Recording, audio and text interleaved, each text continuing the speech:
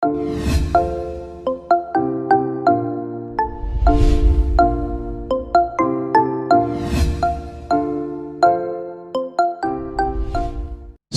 warahmatullahi wabarakatuh.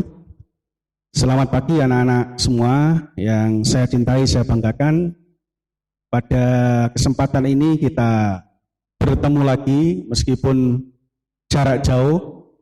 Kita bertemu dalam sesi pelajaran virtual. Kita akan melanjutkan materi pelajaran kita seputar Ahlus Sunnah wal Jamaah. Saya berharap anak-anak semua tetap sehat, tetap semangat dan bisa mengikuti pelajaran dengan baik meskipun di tengah suasana pandemi COVID-19. Tetap sabar dan semangat. Baik, mari kita mulai materi Ahlus Sunnah wal Jamaah di pelajaran yang bab pertama ini. Hakikatnya masih ada kesinambungan dengan materi kita pada semester genap di kelas 7 kemarin, yakni seputar struktur organisasi atau Jam'iyah Nahdlatul Ulama. Pada kelas 8 ini kita akan coba mengkorelasikan, menghubungkan antara Islam, Ahlus Sunnah wal Jamaah dan Nahdlatul Ulama.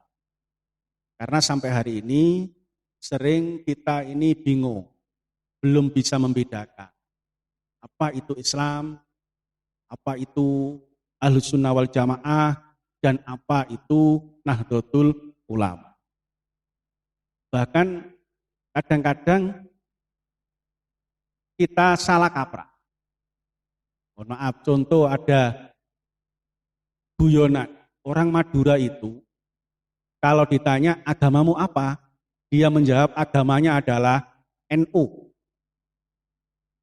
Apakah ada agama NU itu? Ya tidak ada. Tapi orang Madura tetap mengatakan agama itu agama NU. Karena memang NU di sana itu kental sekali dengan budaya orang-orang Madura.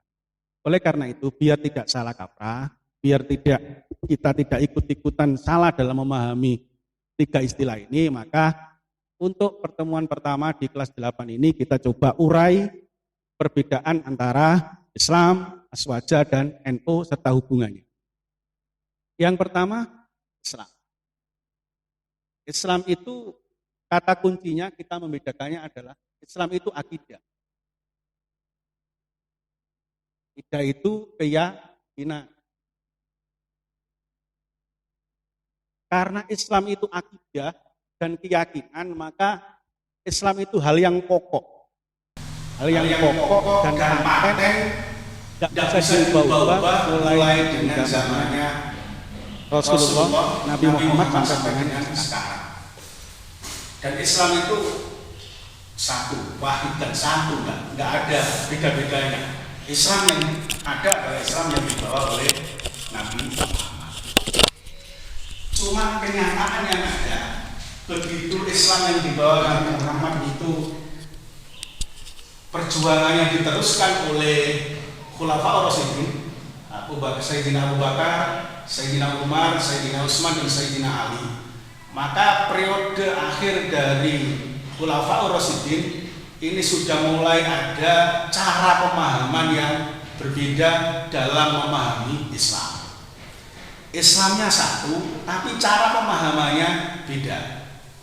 Sehingga waktu itu muncul golongan-golongan yang dalam memahami agama Islam itu beda. Golongan ini muncul sebagai dampak dari perpecahan sepeninggalnya Khalifah Ali bin Abi Thalib. Pelajaran itu nanti kita kupas pada kelas 9. Ini sekedar pengantar saja bahwa kenyataannya Islam pemahamannya berbeda mulai ada sejak Khulafaur Rasyidin. Sepeninggal Khulafaur Rasyidin. Ini yang pertama Islam. Yang kedua Aswaja. Seperti yang saya katakan tadi, karena ada perbedaan pendapat dalam memahami Islam, maka waktu itu muncul golongan-golongan baru, termasuk golongan-golongan baru itu adalah aswaja. Jadi Ahlus Sunnah wal Jamaah itu muncul sepeninggal masa Khulafaur Rasyidin. Setelah Khulafaur Rasyidin itu ada daulah namanya Daulah Amawiyah yang dipimpin oleh Muawiyah bin Abi Sufyan. Ada Daulah Abbasiyah dipimpin oleh Abdullah bin Abbas dan seterusnya. Ada dinasti Fatimiyah, dinasti Utsmaniyah dan seterusnya. Banyaknya golongan-golongan itu, salah satunya muncul golongan aswaja. Jadi golongan aswaja itu, kalau ini kita bilang Islam itu adalah akidah, maka aswaja ini adalah faham keagamaan, bukan agama ya. Jadi aswaja itu faham keagamaan. Agamanya tetap Islam, cuma cara memahaminya dengan cara aswaja, Ahlus Sunnah wal Jamaah. Waktu itu aswaja muncul urutan 12. Urutan 12 dari golongan-golongan yang muncul dalam memahami agama Islam. Yang memunculkan faham aswaja adalah seorang ulama yang bernama Syekh Hasan Al-Basri pada abad 2 Hijriah. Meskipun urutan ke-12, ternyata Ahlus Sunnah wal Jamaah menjadi kelompok yang paling populer, kelompok yang paling laris, kelompok yang paling banyak pengikutnya. Kaitannya dengan cara memahami agama Islam. Karena banyak pengikutnya aswaja ini, maka aswaja sampai juga ke Asia. Ini ada hubungannya dengan materi aswaja kelas 7, bahwa Islam masuk ke Indonesia, itu Islam yang mereknya aswaja, dibawa oleh para ulama-ulama Persia. Aswaja yang masuk ke Asia, yang dibawa oleh para ulama-ulama Persia, itu ternyata dalam prakteknya pada abad 16, abad 17, aswaja masuk ke Indonesia ini juga ada histori liku-likunya. Misalnya kalau abad 15 yang dulu di kelas 7 kita tahu bahwa ini adalah jaya-jayanya Wali Songo. Wali Songo itu menyebarkan aswaja di Indonesia pada abad ini. Tapi sepeninggal Wali Songo itu muncul sebuah gerakan yang namanya gerakan Wahabi. Di Indonesia ini ada gerakan Wahabi, gerakan untuk membumikan faham yang dipelopori oleh gerakan Wahabi di Timur Tengah, Muhammad bin Abdul Wahab, yang salah satu cirinya gerakan Wahabi itu banyak bertentangan dengan aswaja. Wis coro gampangane begitu. Islam waktu itu di Indonesia yang awalnya faham mayoritasnya aswaja itu diganggu oleh gerakan Wahabi yang pakai bendera Muhammadiyah. Mungkin anak-anak ada yang di desanya ada faham Muhammadiyah, ada masjid Muhammadiyah. Muhammadiyah itu di Indonesia lahir pada tahun 1912. Mereka membawa isu gerakan pembaharuan Islam. Muhammadiyah memahami bahwa Islam yang sudah pernah berkembang di Indonesia, yaitu Islam Ahlus Sunnah wal Jamaah, dinilai melenceng dari syariat Islam yang sebenarnya. Bahkan tidak segan-segan orang Muhammadiyah itu bilang, pengikut-pengikut Wahabi itu bilang bahwa aswaja itu identik dengan ahli bid'ah, ahli khurafat.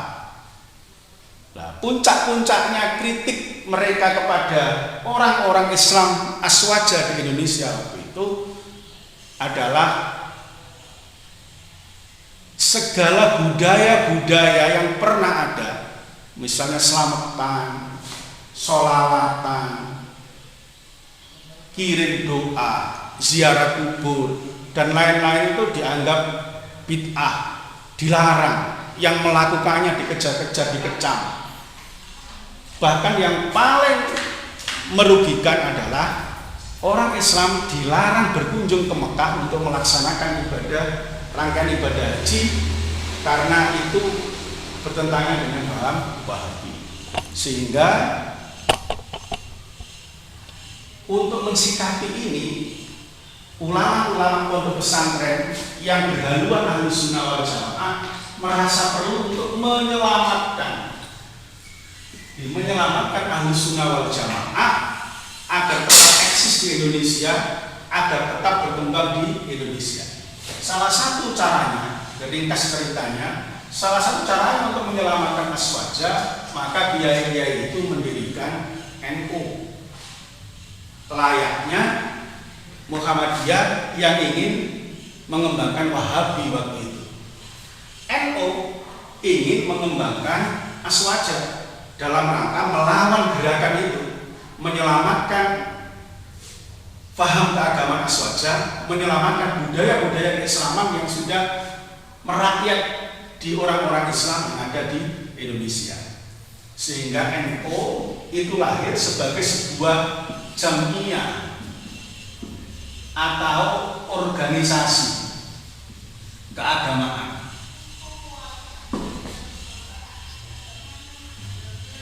Bedanya kalau Aswaja itu paham keagamaan, kalau NU itu adalah organisasi keagamaan. Organisasi keagamaan yang apa dan bagaimana? Yaitu organisasi keagamaan yang ingin mengembangkan Islam yang berhaluan Aswaja. Sehingga kesimpulannya, pertama, apa bedanya Pak? Bedanya Islam itu akidah, Aswaja itu faham keagamaan, NU itu organisasi keagamaan. Hubungannya apa? Ketiga-tiganya berhubungan. Islam itu keyakinan pokok kita, terus Aswaja ini cara pemahaman kita terhadap agama Islam, sedangkan NU ini adalah organisasi kita dalam rangka memperjuangkan Aswaja. Sehingga NU kalau didefinisikan panjang, NU itu adalah organisasi keislaman yang ingin mengembangkan Islam Ahlussunnah wal Jamaah yang ada di Negara Kesatuan Republik Indonesia. Singkat kesimpulan materi, kalau kita ditanya, apa agamamu? Islam. Islam yang apa? Islam yang Ahlussunnah wal Jamaah. Ahlussunnah wal Jamaah yang bagaimana? Ahlussunnah wal Jamaah yang dikembangkan oleh Jamiah Nahdlatul Ulama. Dan kita hari ini posisinya adalah sebagai orang NU yang menganut Aswaja, yang berkeyakinan terhadap agama Islam. Barangkali itu untuk pertemuan yang perdana ini. Kita lanjut pada kesempatan yang akan datang. Saya akhiri sekian dulu. Assalamualaikum warahmatullahi wabarakatuh.